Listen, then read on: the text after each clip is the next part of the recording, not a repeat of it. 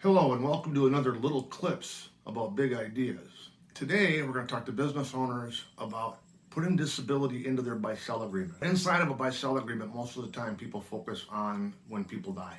Now that's not great because if you're 45 years old or so, you have a 4 times more likelihood of becoming disabled than you do to die in your working years.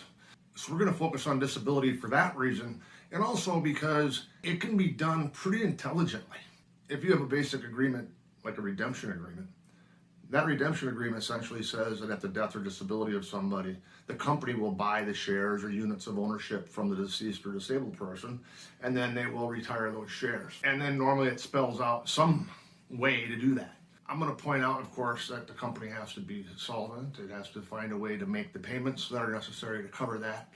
Disability is the same. Under normal circumstances, a person becomes disabled. First, they're disabled. You don't have them there to do the work. You pay them because you have to do something, right? And trying to figure out how you're going to buy them out depending upon just how disabled they are.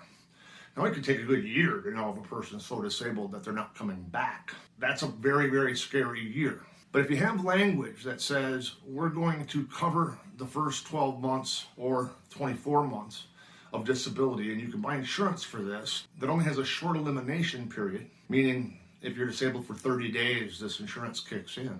It also has a short payment period from an insurance company's perspective. So they're only going to pay for 2 years. So that insurance isn't going to be as expensive as you might think.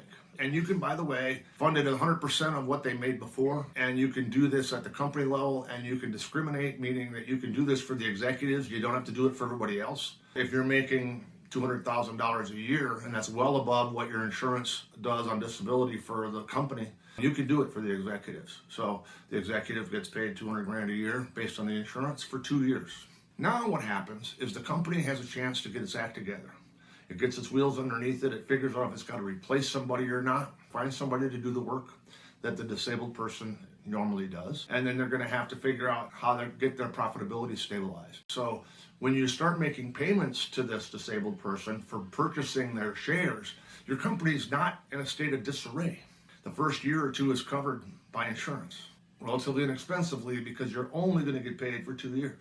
At that point, you can do a couple things. You can have a buy-sell agreement that simply says disabled person gets paid for 2 years via disability policy, and at the end of the second year, we start making installment payments to them based on the value of the company at the time after 2 years. You want to be able to pay them based on what the reality is after 2 years. If you have the 2-year deal, the way I described it, now this person can start getting their installment payments. Or you can buy a disability insurance policy that makes a lump sum payment, and it can purchase 50%, 100% of the shares, depending upon how you want to do it. The way I put it together in the past, we buy a lump sum disability policy for 50% of the value of the company. Now, if you took that one step further and you said, I'm going to do 2 years of disability based on insuring against their income, a disability policy that's going to cover 50% of the value of their shares. 2 years later, you can either start making installment payments to them, or you can pay them out of cash. Ideally, you do that out of cash flow. You could buy a third insurance policy, but at some point it becomes ridiculous. But you can buy 2 policies, and you could do it less expensively than you would do if you simply bought a lump sum policy. You can stabilize your company. I think that's the biggest issue, is that it gives everybody time. It gives the disabled person a time to get better.